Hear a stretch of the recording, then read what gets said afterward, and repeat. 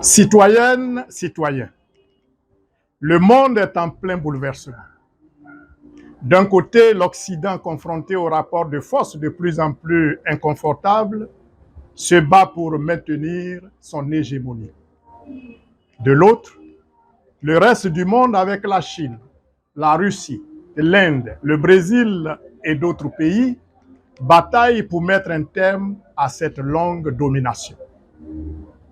Dans cette bataille qui est à la fois économique, politique, mais aussi et surtout civilisationnelle, les peuples africains, aujourd'hui à la traîne et à la recherche d'une véritable indépendance et de leur souveraineté, ne peuvent être en reste.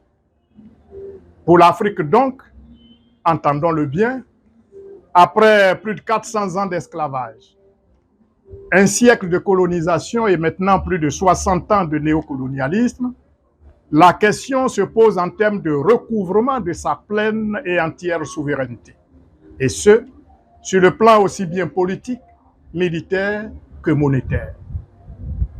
Ce vent, comme celui des indépendances avant-hier et celui du multipartisme hier, est irrésistible. Il ne épargnera aucun pays, aucun peuple. La question est de savoir si chaque pays et chaque peuple attendent de subir ou s'organisent pour l'anticiper. Le subir, c'est affronter les forces souverainistes. L'anticiper, c'est entendre d'ores et déjà le message du changement de paradigme pour la souveraineté et l'autodétermination en créant le cadre pour son effectivité.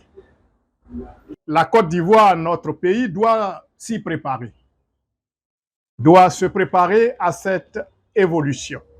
Que dis-je? À cette révolution. C'est une exigence du temps. Chers compatriotes, cette exigence est devenue d'autant plus vitale pour notre pays que cette ère nous trouve à un moment particulièrement délicat de notre histoire. Elle nous trouve dans une Côte d'Ivoire encore fortement traumatisée par 30 ans de crise politique, de rébellion et de guerre avec les bilans que nous connaissons. Une Côte d'Ivoire aux populations encore méfiantes les unes envers les autres, et une Côte d'Ivoire qui continue de se regarder en chien de faïence, faute d'une véritable réconciliation nationale. Elle nous trouve à un moment où le tableau politique national n'a jamais été aussi sombre, avec l'avènement désormais manifeste et évident d'une autocratie qui s'enracine de jour en jour avec la multiplication et la création, à la guise du chef, d'institutions de la République, avec la menace du retour au parti unique, si ce n'est déjà fait. Les résultats des consultations récentes ne laissent aucun doute sur cette orientation. Cette exigence nous trouve dans un contexte de cherté de la vie et d'appauvrissement généralisé des populations, dont la grande majorité peine à s'offrir 2 repas par jour. Un contexte de précarité où la jeunesse, dans sa grande majorité également, sans aucun espoir du lendemain, n'a d'autre projet que la traversée de la Méditerranée, quand d'autres s'abandonnent à la drogue dans notre pays, dont notre pays est devenu malheureusement l'une des plaques tournantes. Et tout cela, en dépit des taux de croissance et des indices présentés comme parmi les meilleurs au monde. Toutes ces situations, fruits du système économique et politique sous domination, ce qui est le nôtre, ne nous laisse d'autre choix que de nous inscrire résolument dans la lutte pour la restauration de notre pleine et entière souveraineté. Mais cette exigence du temps, elle nous trouve aussi à un moment où nous ne pourrons pas compter sur certaines valeurs clés de la nation. Certaines parce qu'elles nous ont quittés, d'autres parce qu'affaiblies par la longue lutte et les contre-coups impitoyables du combat. Je veux rendre hommage ici à la mémoire du président Henri Konan Bédié et saluer son action constante et résolue des décennies durant pour la construction de la nation. Je veux également adresser tout mon respect au président Laurent Gbagbo pour sa résilience et sa lutte pour la souveraineté de notre pays. Je salue également le président Alassane Ouattara pour le rôle qui a été le sien dans l'éveil de la conscience nationale.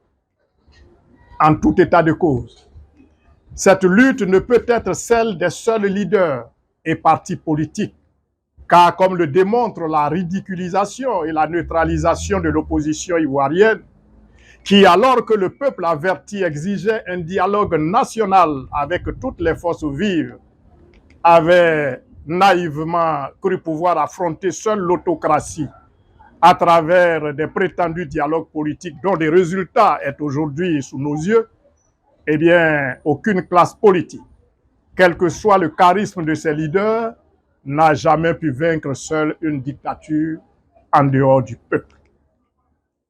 Le combat pour l'achèvement du processus de la décolonisation et de l'indépendance entamé 70 ans plus tôt, le combat de la véritable autodétermination et de la pleine et entière souveraineté de notre pays est un combat du peuple. Il appartient à chaque Ivoirienne et à chaque Ivoirien de le mener. La paix et la stabilité dans notre pays, les emplois pour nos enfants et petits-enfants, le bien-être social et de façon générale, la prospérité et le développement de notre pays en dépendent. Ce combat, nous devons le mener dans un cadre démocratique. À présent que le voile est déchiré, maintenant qu'il est manifeste que nous ne sommes point en démocratie en Côte d'Ivoire, le premier fondement à restaurer ici et maintenant est la démocratie.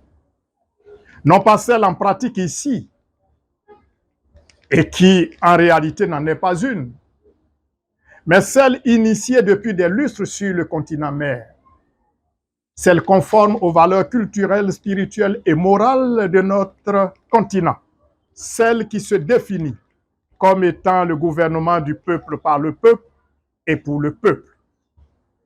Une démocratie dans laquelle le choix des dirigeants est l'affaire exclusive du peuple. Une démocratie dans laquelle le peuple contrôle et sanctionne les gouvernants. Une démocratie dans laquelle le peuple est coparticipant de la gestion des affaires de l'État. Dans cette perspective, je me permets de remettre au goût du jour, puisque j'en ai été l'initiateur, la nécessité du dialogue national afin de construire de façon consensuelle les bases d'un nouveau contrat social.